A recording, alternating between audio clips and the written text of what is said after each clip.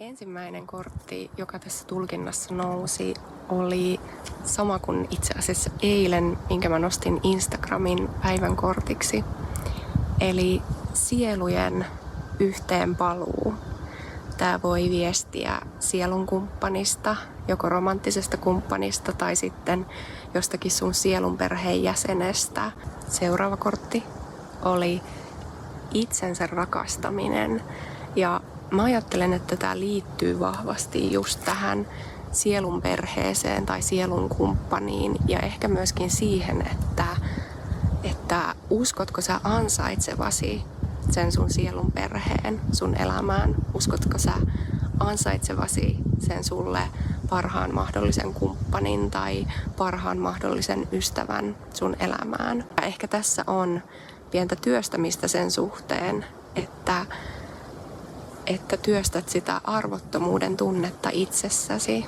Miksi mä en ansaitsisi sitä kaikkea ihanaa, mikä mun elämään on jo selkeästi tulossa? Anteeksi anto. Eli ehkä jos sulla on menneisyydessä huonoja kokemuksia ihmissuhteista, niin ehkä näiden uusien ihmisten elämään tuleminen vaatii myöskin sitä, että sä päästät irti siitä vanhasta kivusta, ehkä myös niistä vanhoista luottamusongelmista ja ymmärrät sen, että nämä ihmiset on ihan uusia. Nämä ihmiset, jotka tulee sun elämään, ei ole niitä menneisyyden ihmisiä, jotka sua on ehkä satuttanut. Tämä voi myös viestiä siitä, että ehkä sun pitääkin antaa anteeksi itsellesi se, että sä oot vaikka jäänyt joskus menneisyydessä liian pitkäksi aikaa sellaiseen itselle haitalliseen tilanteeseen. Musta myös tuntuu, että nämä kaksi korttia on yhteydessä toisiinsa.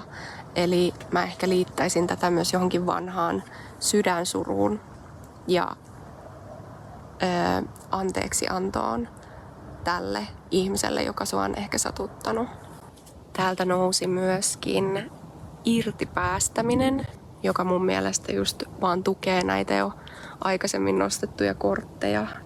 Että vielä päästää niistä vanhoista haavoista irti, ettei ne enää tule ja sotke sitten niitä täysin uusia, ihania ihmissuhteita, jotka sun elämään on tulossa.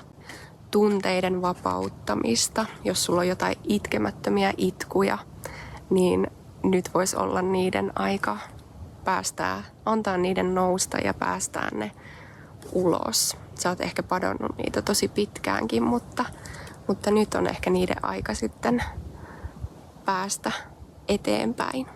Tämä maadottuminen on myöskin erittäin tärkeää just tässä ajassa, missä me eletään, koska nämä energiat on aika mielenkiintoiset.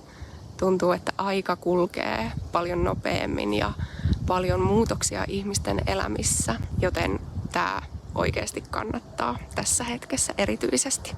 Tämä kortti oli tulkinnan ainoa kortti, joka nousi väärinpäin, mikä on mun mielestä aika mielenkiintoista, koska tämä liittyy aika vahvasti just semmoiseen jaotteluun, hyvää, pahaa.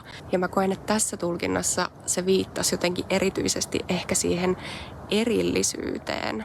Me ihmiset ollaan tässä ajassa ajauduttu jotenkin tosi erilleen toisistamme.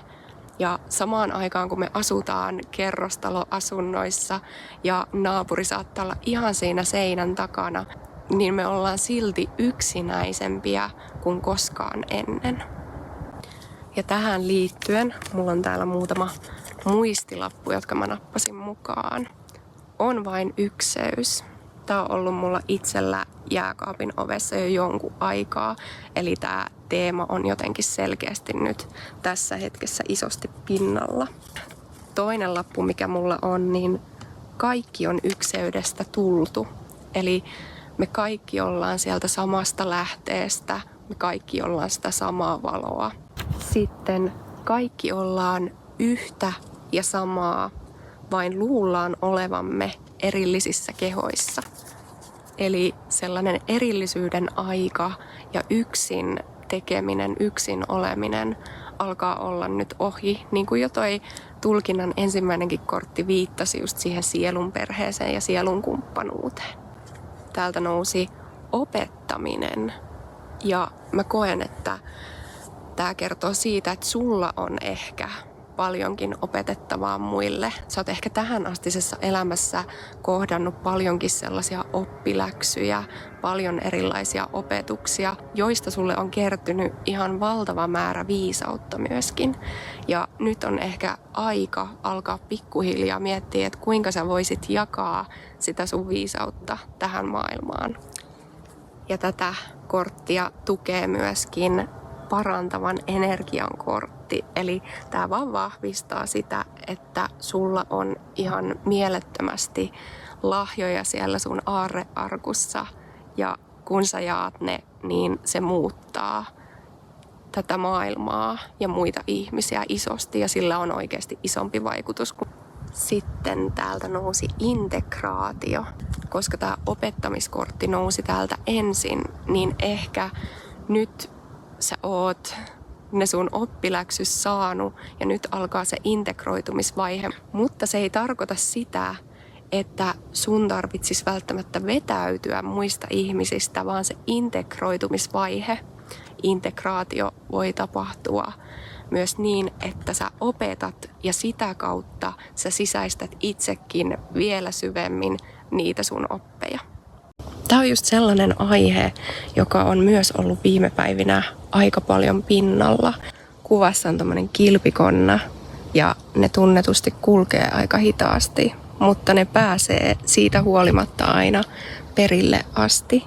Eli vaikka tuolta nousi sitä omaan ehkä sielun tehtävään, elämän tehtävään liittyvää korttia ja myöskin sitä sielun kumppani, sielun perhekorttia, niin kaikki tapahtuu just oikeassa ajassa ja ei ole mitään syytä kiirehtiä tai hätäillä